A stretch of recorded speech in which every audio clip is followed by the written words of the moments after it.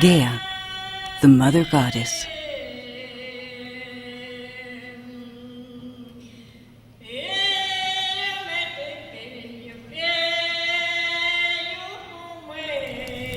In the beginning, there was no earth, just a place of darkness, a perpetual void ruled by chaos, an obscure divinity.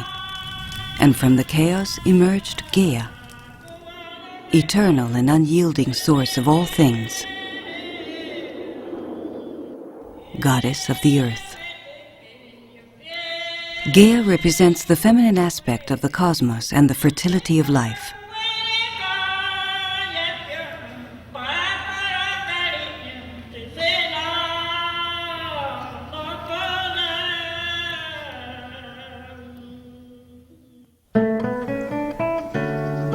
We women are the natural heirs of the myth of GEA.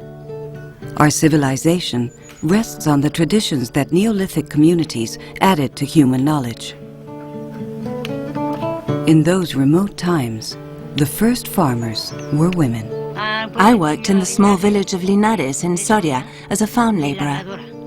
A farm labourer? And I've worked as a farm labourer all my life, full-time until I was 22 when I got married. And what did you do as a farm labourer? Watering, digging, ploughing, planting. But that was hard work, wasn't it, Emilia? Yes, a man's job, but I did it myself. And how many hours a day did you work? Oh gosh, back then there weren't any hours. Not like today where everything is in hours. Back then there were no hours. Often we worked from sunrise to sunset.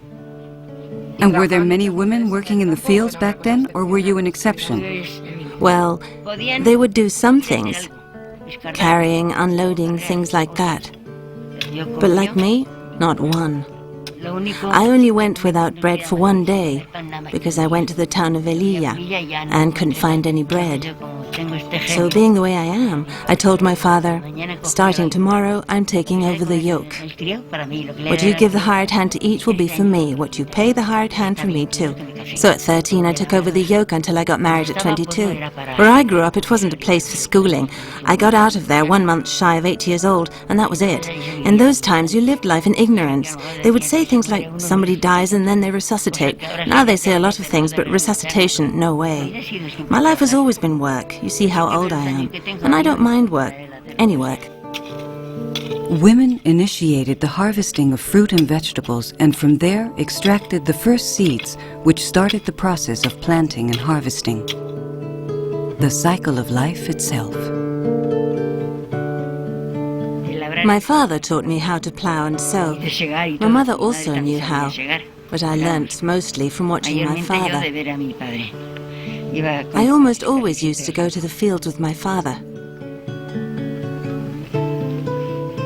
And then he was always ill, so I took up his work myself. Last year I didn't plant anything, or this year either. I've been ill since October 8th of last year with eye problems, and I haven't been able to plant anything. Because Terminator is a fundamentally anti-farmer technology, but it doesn't only affect farmers, it affects everyone. What they want is not only the biological control of the seed when it is in the field, but when it is planted there be cross-pollination with surrounding crops, which in turn die out.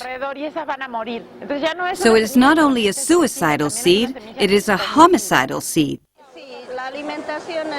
Yes, well, our food is very limited. We eat quinoa, potatoes, and barley. That's all we've got in the fields. It's, as our colleague Francisca Rodriguez of Via Campesina of Chile said, yesterday, when she heard the moratorium on Terminator had been broken, she said, they used to sterilize women, and now it's the same.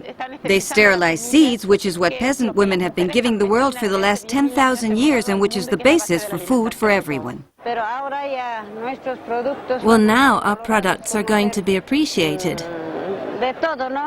All the things we plant the fields, and we live on the farms with our livestock, our crops. and our clothing,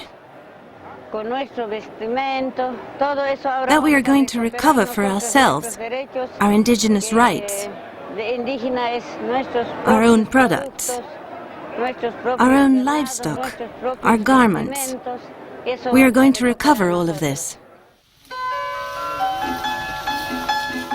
With the arrival of agriculture, women introduced a new social and cultural dimension to existence: food and the culture of food. Women are the main producers of food and the ones who create the alchemy of cookery. It hasn't been easy putting together a cooperative, and it hasn't been easy holding the group of people we are together, working as cooperativists. And at the same time, we are teachers teaching cooperation, because while we are working, we are also teaching. As I told you, we are 127 people, but among those 127, there are those who like to go their own individual way. But luckily, as you work and teach, people are learning and understanding. So you learn and you teach someone else, and we carry on that way. Our love of the field is practically planting, bringing all that we produce to society. Without us, there is no agrarian reform, there is no food sovereignty, there would be nothing. Well, just imagine. It's like the roots of a tree. Food sovereignty are the roots of the tree. If this doesn't exist, the community can't sustain itself. There is no life. Subsistence is impossible. It's impossible. Do you know what I mean? And this is what we don't realize. We just don't realize. And I think the problem is that people don't realize how important this is. It is we women who have contributed the most, because women carry the heaviest burdens at home. They are the ones who cultivate, who care for the land, who try not to have to sell it. It is women who bring the food home.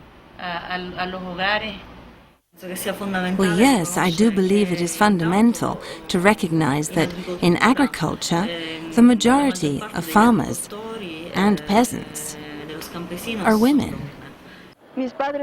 My parents are farmers. My mother is a peasant, which is how I dress. I still dress this way, given my culture, my identity. From there, I've been progressing as a woman since I was very young.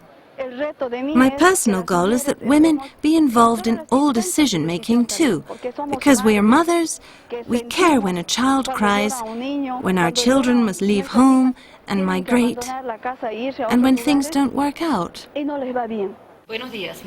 Hello, my name is Mixtalia Perez.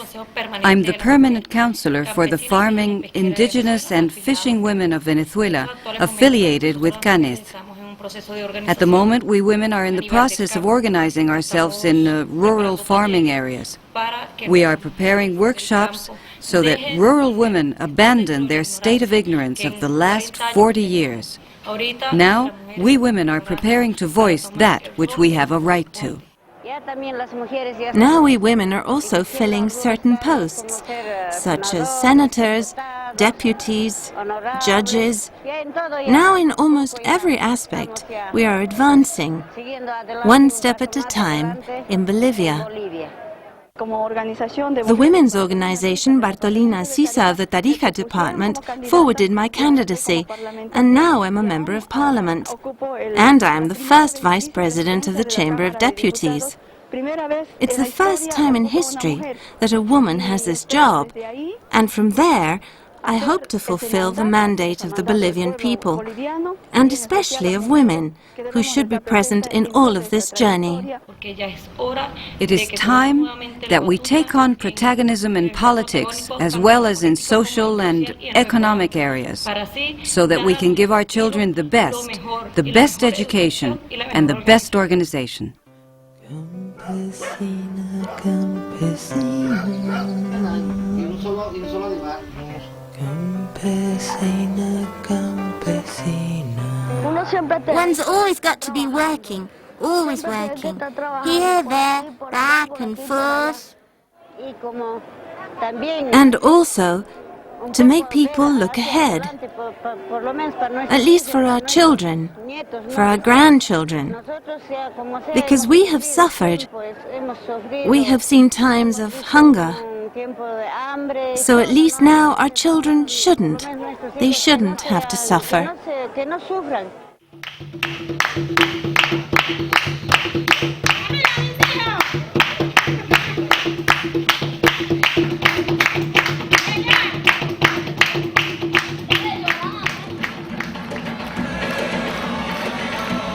In our times, the worship of women and the earth which our ancestors wisely venerated has been inverted into a perverse and destructive process, where women from rural lands suffer from discrimination, exploitation, and violence.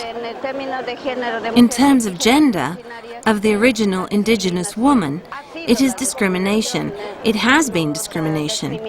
We were discriminated against under the past governments. Well, women, I'll speak for Andalusia, my surroundings, my place, the place where I live, right? The forgotten ones are the day laborers. I'm a day laborer, right?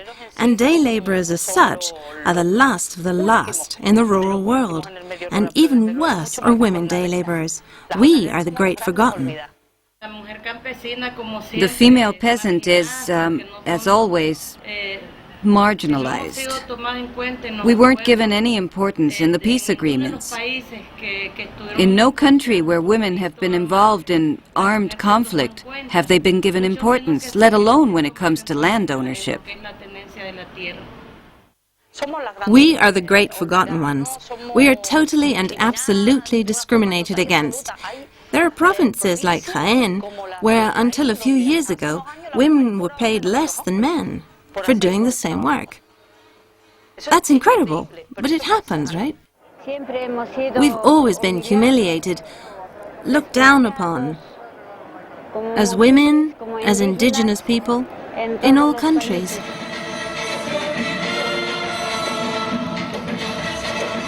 It is estimated that in Africa, women carry out over 80% of the tasks involved in food production. In Asia, this percentage is 60%, and in South America, around 40%.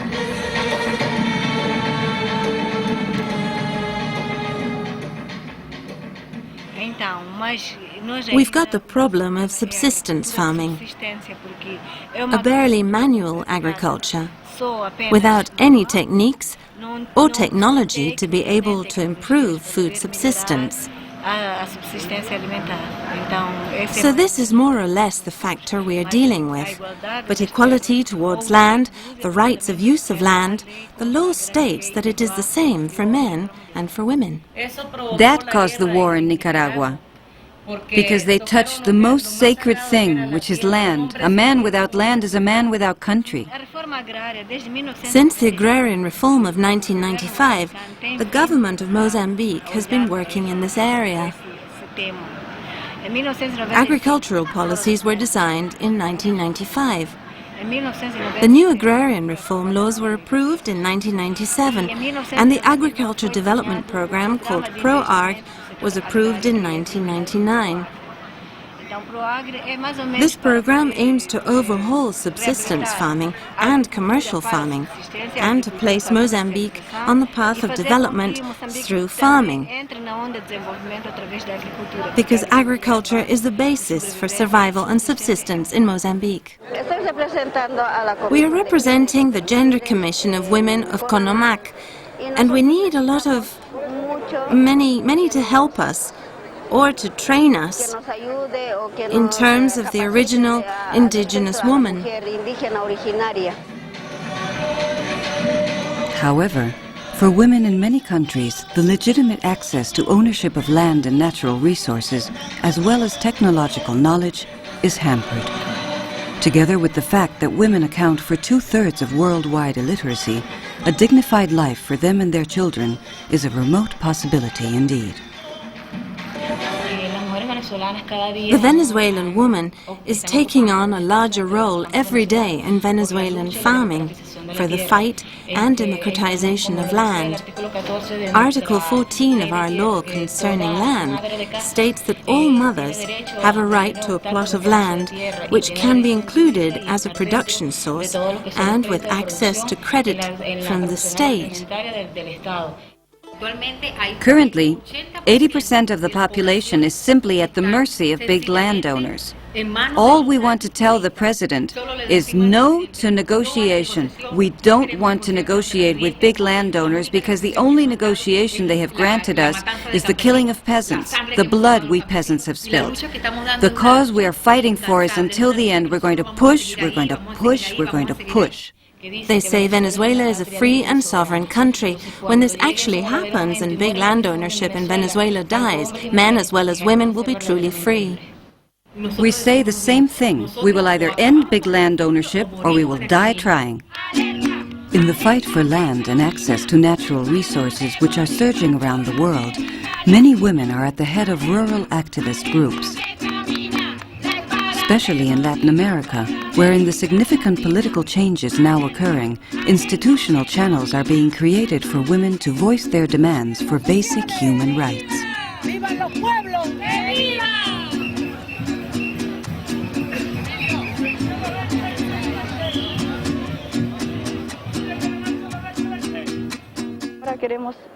We want to set up a model which is at the service of all, where we have opportunities, equal rights, and equal access to participation in order to guarantee a life of dignity for all, so that it cannot be that some live well, eat well, enjoy well, while the majority are asking for charity on the street.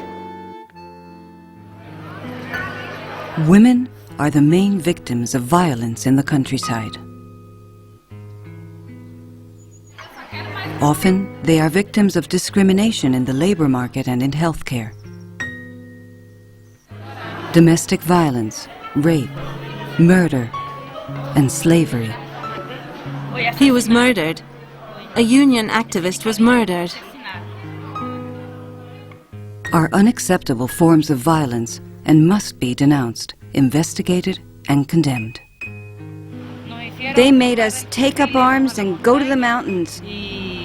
And last week, for the first time, a woman was murdered in the field, practically on her own land. And they don't respect us. They even take our lives. Many brothers have died, for example, in the war over gas, many comrades died. And not only in those movements, but also in the fight for land, in the demand for rights. Violence is a historic product of the taking of land and natural resources in our country. Just to give you an idea, land ownership records have not been updated in over 30 years. Over 30 years. He was the victim of an ambush. We left the house with our youngest daughter. When we arrived at the main avenue of the city, the gunmen, who were waiting at a corner, started firing from behind at his legs. He fell, and our daughter, who was in front of him, was wounded by bullet shards.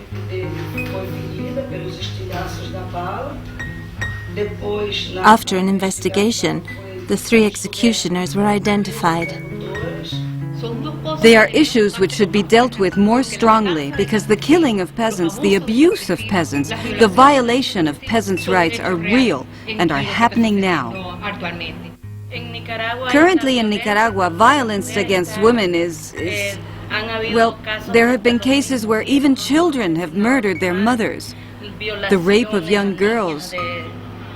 Right now there's a 12-year-old girl who's going to have a baby conceived by rape. The killers were tried and condemned, but not the organizers. And what we see is that this kind of impunity is unacceptable. We want to work with society, and we understand that control and participation of society is fundamental The people should implement and criticize and correct the policies with which much humility we are doing. It is a tribute to God above us and to all the suffering of those here and those who cannot be here. They too are above us, and from there inspire us to carry on our work. Thank you very much. And have you been happy here? Well, yes, because I've lived very happily with my husband, and everything I've done has been a lot of work, and I've done it happily, yes. Then I have 3 daughters, healthy and good. On the economic side, people live well now. There's more. But we used to be happier with 5 pence than if we have 1 million today, because we used to live very well, a quiet life. There wasn't the envy of today, grudges, wishing misfortune, all because of envy, that some have more, that others have less.